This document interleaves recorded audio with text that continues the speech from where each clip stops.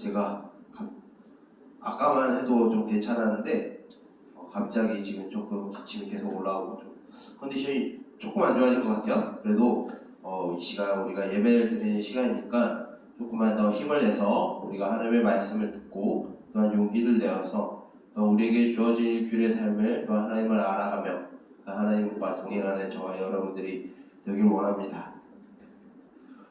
계속해서 바쁘고 분주한 일주일을 보내고 또한 이제 환절기가 이제 온 것 같아요. 그래서 이제 저뿐만 아니라 또 많은 사람들이 감기에 걸리고 질병에 걸리고 있는 것 같은데 건강 관리를 잘 하고 또 아프지 않고 또 건강하게 또 주어진 일주일의 삶을 살아가기를 주님의 이름으로 축복합니다. 이 시간에는 우리가 하나님의 성품이라는 제목으로 우리 말씀을 나누고자 합니다. 혹시 우리 지난주에 나눴던 말씀의 내용을 혹시 기억하고 있나요? 지난주 우리가 말씀을 들을 때 어떠한 내용에 대해서 우리가 말씀을 들었나요? 제가 이런 질문을 할 때마다 항상 여러분들께 감사합니다. 왜 그러냐면은 이렇게 기억을 못 해주면은 저는 마치 사고를 우기듯이 계속 우려먹을 수 있는 일이 벌어지기 때문에 공부를 안 하게 돼요. 그러니까 여러분들이 좀 뭔가 기억하고 또 생각해내고 또 그것에 질문하게 되면은 사꾼이 아닌 이상 그것에 대해서 공부하고 그것에 대해서 열심히 가르쳐주고 또 알려주는 것이 목회자의 본분입니다. 근데 이렇게 물론 저도 이제 속한 것이지만 이렇게 말씀을 전하고 난 다음에 그것이 기억하지 못하면은 전하는 사람의 입장에 있어서 굉장히 편해요. 그러면 지난주 걸 또 이야기를 할 수 있거든요. 근데 오늘 이야기는 오늘 우리가 나눌 말씀의 내용은 제가 뭐 우려먹으려고 하는 것이 아니고 감사합니다.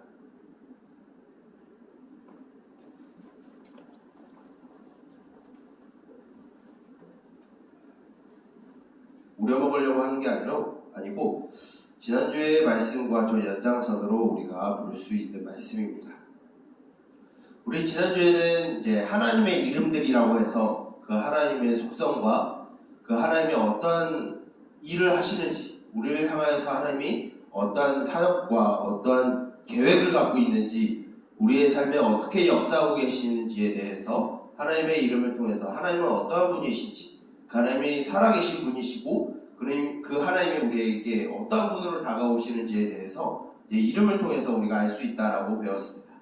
근데 오늘은 그 하나님의 성품이 또는 조금 어려운 말로 그 하나님의 속성이 좀 우리에게 조금 더 편하게 하려고 하면 하나님의 그 성질은 어떤 분이신지에 대해서 우리 좀 알아보려고 합니다.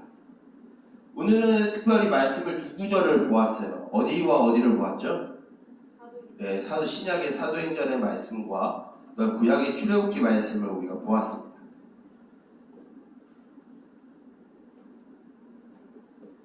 이 말씀을 통해서 우리가 볼 수 있는 것은 첫 번째 이 사도행전의 말씀을 좀 차례적으로 우리가 좀 보길 원해요. 오늘 우리가 본 이 사도행전의 말씀은 이제 사도 바울이 이제 2차 전도 여행을 다니면서 이제 우리가 알고 있는 오늘 말씀에 아덴이라고 했는데 이 아덴은 어디를 말하냐면 그리스의 아테네를 말을 하게 됩니다. 이 아테네 지역에 가서 이제 사도 바울이 하나님의 말씀을 전하고 예수 그리스도를 선포하는 이 일에 대해서 보여주고 있어요. 이미 오늘 우리가 읽은 이 말씀 앞에 이미 사도 바울은 아테네에서 도착을 해서 철학자들과 이야기를 한 내용이 이 앞에 있는 내용이에요. 근데 오늘 우리가 읽은 말씀은 무엇이냐면 그런 철학자들이 아니라 아테네에 살아가고 있는 일반 시민들을 향하여서 이제 사도 바울이 하나님에 대해서 선포한 내용입니다. 그 장소가 어디냐면 아레오파고라고 하는 광장이 있어요. 그 광장에서 이제 사도 바울이 이 아테네 시민들에게 이렇게 말을 하게 됩니다. 당신들이 평상시에 참 종교신들이 참 투철한데 그러다 보니 이름이 없는 알지 못하는 신조차도 신이라고 섬기는 것을 내가 보았다. 그런데 그 알지 못하는 신이 다른 신들과 달리 참된 신이신데 그 신이 누구인지 내가 이제부터 알려주겠다라고 하면서 아테네 시민들에게 이 사도 바울이 이 말씀을 하나님에 대해서 설명해주고 있어요. 이 하나님은 이 신은 당신들이 이름도 알지 못하는 이 신은 누구시냐면 이 세상을 홀로 창조하신 유일하신 분이시고 그분이 모든 인류와 모든 천지 만물들을 소유하고 다스리시는 분이시다라고 말씀하고 있어요. 그 하나님은 모든 인류의 시간과 모든 연대를 정하시고 그들이 살아가는 모든 경계와 영토를 정하시며 세상의 모든 만물들을 하나님 홀로 움직이시는 분이시다라고 사도 바울은 이야기를 하고 있어요. 이것은 어떻게 보면은 사람들이 접하지 못하는 지금까지 이 그리스인들이 경험해보지 못한 신의 영역이에요.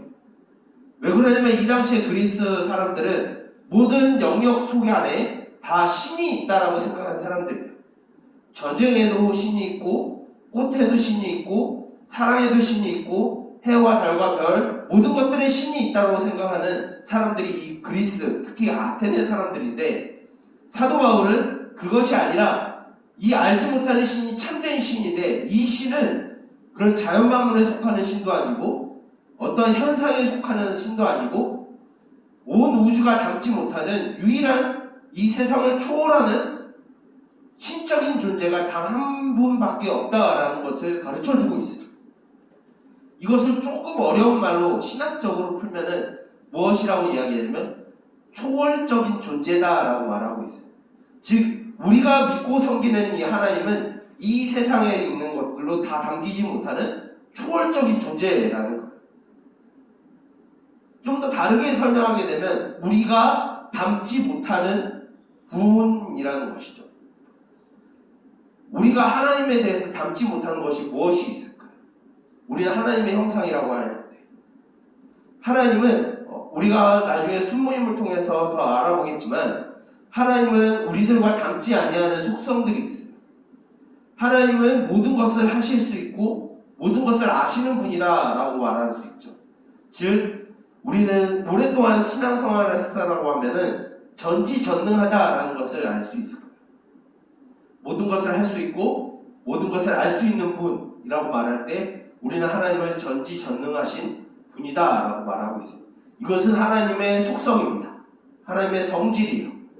뿐만 아니라 하나님은 안 계신 곳이 없다라고도 말을 하게 됩니다. 오늘 말씀을 보게 되면 금과 은과 돌이 새기지 못한다라고 말하고 있죠. 하나님은 이 자연 만물이 다 품지 못합니다. 온 우주를 우리가 측정할 불가능하죠. 이 측정 불가능한 이 우주조차도 하나님을 담아내지 못한다라는 것이죠. 이런 하나님은 이 온 우주 가운데 하나님이 다 충만하게 계시고 모든 곳에 계신다라는 이런 것을 또 한자어로 풀면은 무소부재하시다라고 이야기를 합니다. 계시지 아니한 곳이 없다라는 뜻이에요. 우리는 그런데 이런 성질을 가질 수 없죠. 우리는 이 대한민국의 유래 땅에 이 동현교회 지금 2시 반에 우린 이 자리에 있어요. 근데 하나님은 시간과 공간에 제약 없이 모든 곳에 동시에 동시다발적으로 모든 곳에 충만히 계시는 분이라는 거예요. 이것은 우리가 하나님을 담아내지 못하는 것이죠. 하나님을 담을 수 없어요.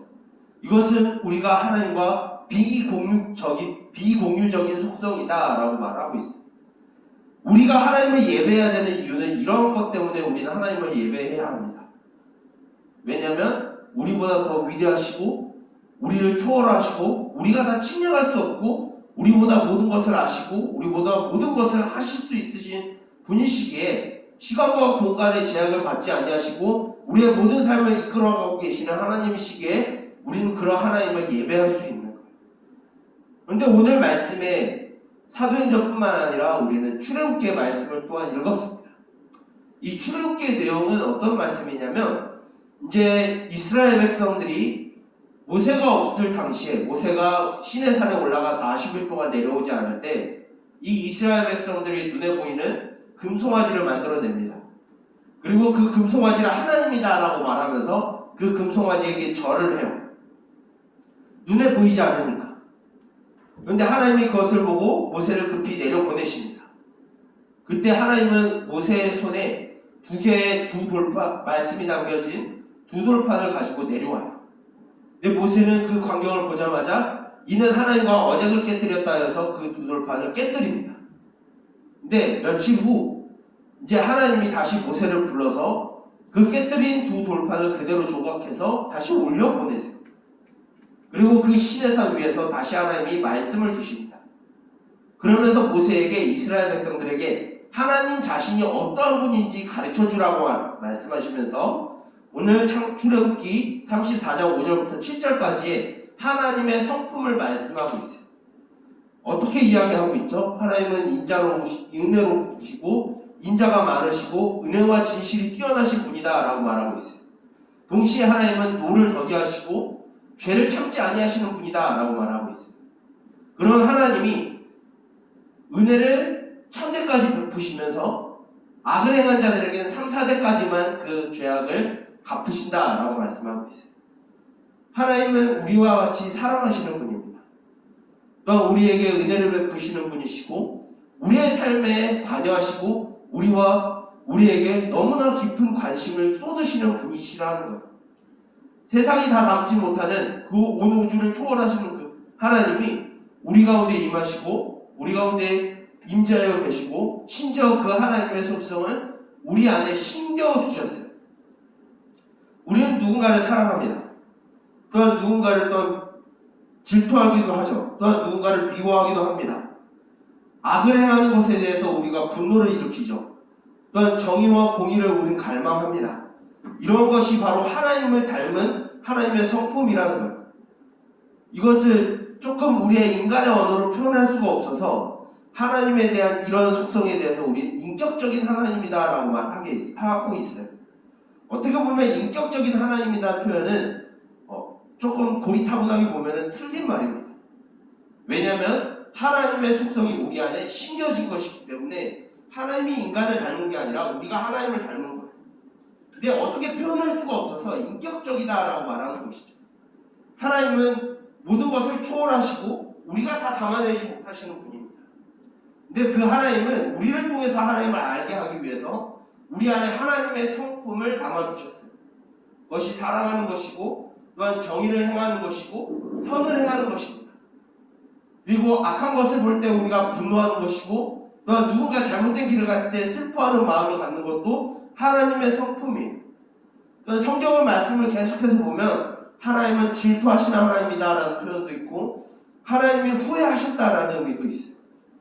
하나님이 질투하신다는 건 정말 남녀간의 그런 질투로 말하는 것이 아니라 하나님을 떠난 그 상태에 있는 인간의 삶을 하나님이 매우 싫어하신다라는 표현이에요.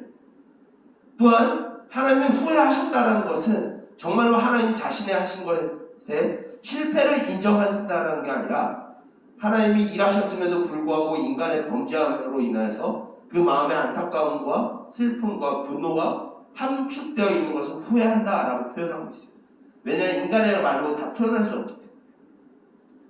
이런 것을 하나님은 조금 어려운 말로 내재적인 하나님이다.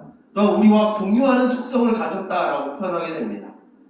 하나님은 두 가지의 속성을 우리 가운데 가르쳐주고 있어요. 세상이 다 담지 못하고 우리가 다 표현할 수 없고 우리가 다 담지 못하는 신적인 존재이면서 초월적인 존재이신 분이 바로 하나님이시다라고 가르쳐주고 있어요. 동시에 그 하나님은 우리 안에 하나님을 닮은 성품을 담겨두셔서 하나님은 사랑의 하나님이시며 정의를 행하시는 분이시고 악으로 가는 이들에게 대하여 또한 분노하시며 또한 슬퍼하시는 분이다라는 것을 우리의 성품, 우리가 갖고 있는 성품을 통해서 또한 가르쳐주고 있어요. 많은 사람들은 하나님에 대해서 오해를 하게 됩니다. 어떠한 사람은 하나님이 없다라고 말하는 사람들도 있어요. 이러한 사람들이 일명 무신론자라고 말을 하죠.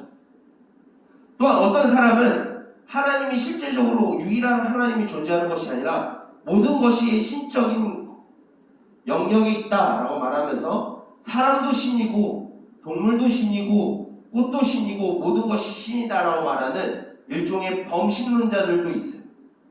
또한 어떤 사람은 신은 있지만 인간 세상에 관여하지 않고 그대로 내버려두고 저 멀리 떠나버린 신이다라고 말하는 이신론자들이 있어요. 우리는 이 모든 것들을 거부합니다. 하나님은 초월적인 존재이면서 우리가 다 이해하지 못하고 우리가 다 담지 못하는 그 하나님이시지만 동시에 그 하나님은 우리 안에 계시고 우리 안에 하나님의 성품을 담아주셨다라는 거예요. 우리의 모습을 통해서 비록 죄악된 모습이지만 우리 안에 이미 하나님의 성품이 있다라는 거예요. 우리는 이것을 통해서 우리는 하나님을 예배할 수 있는 것이고 하나님을 바라볼 수 있는 것이고 하나님을 알아갈 수 있어요. 우리가 하나님을 예배해야 되는 이유가 바로 이러한 것입니다. 우리보다 더 뛰어나시고 우리가 다 이해하지 못하시는 그 하나님이 우리 가운데 임재하셔서 우리와 함께 일하시고 우리와 함께 살아가고 계시기에 우리는 그러한 하나님을 예배할 수 있습니다.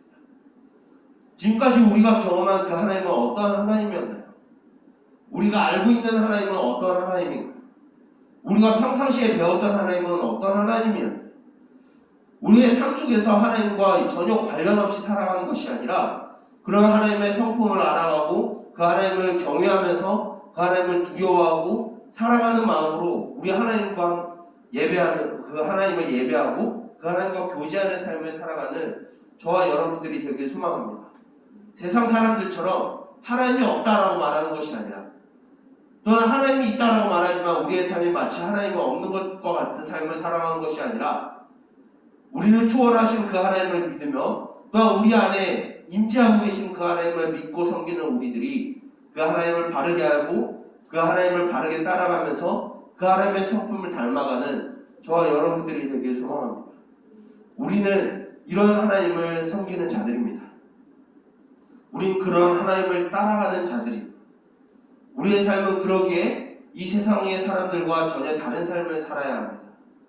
우리는 그런 하나님을 믿을 때 우리 안에 정말로 우리보다 뛰어나신 그 하나님을 믿는다라고 하면 우리는 결코 좌절하거나 절망하거나 낭망해서는 안 됩니다. 물론 힘든 일이 우리들에게 찾아올 수 있겠죠.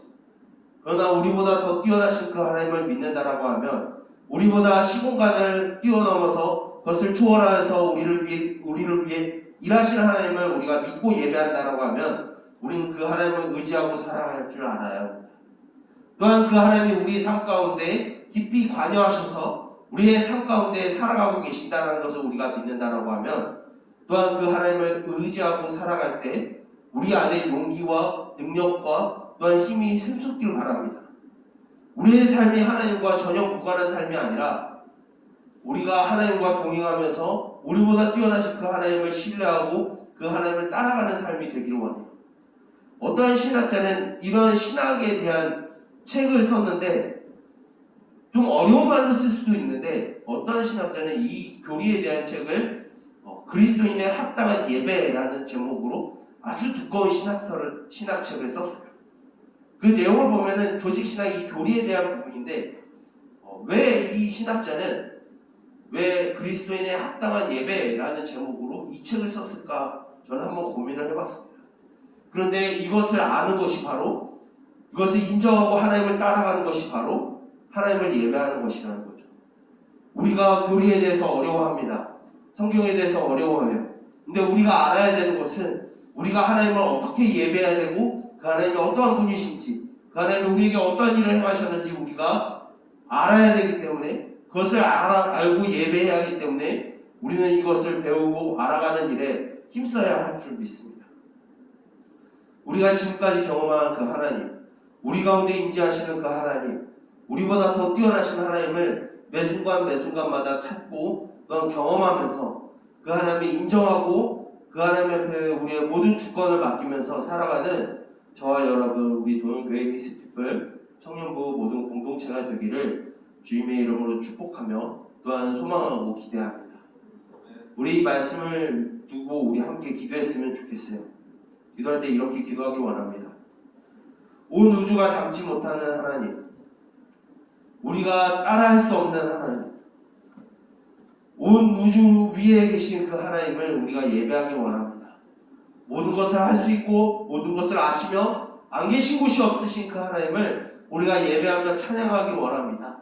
또한 우리 삶 가운데 깊이 관여하시고 우리 가운데 하나님의 성품을 심어두신 그 하나님을 닮아가면서 그 하나님을 알아가기 원합니다. 우리의 모든 삶이 하나님을 예배하는 삶이 되기를 원합니다. 하나님을 알아가는 삶이 되기를 원합니다. 우리의 삶이 나에게 맞춰지는 것이 아니라 세상에 맞춰지는 것이 아니라 하나님께 맞춰지는 삶이 되게 하여 주시옵소서라고 우리 이 시간 주의 이름을 부르며 간절히 기도하도록 하겠습니다. 기도하겠습니다.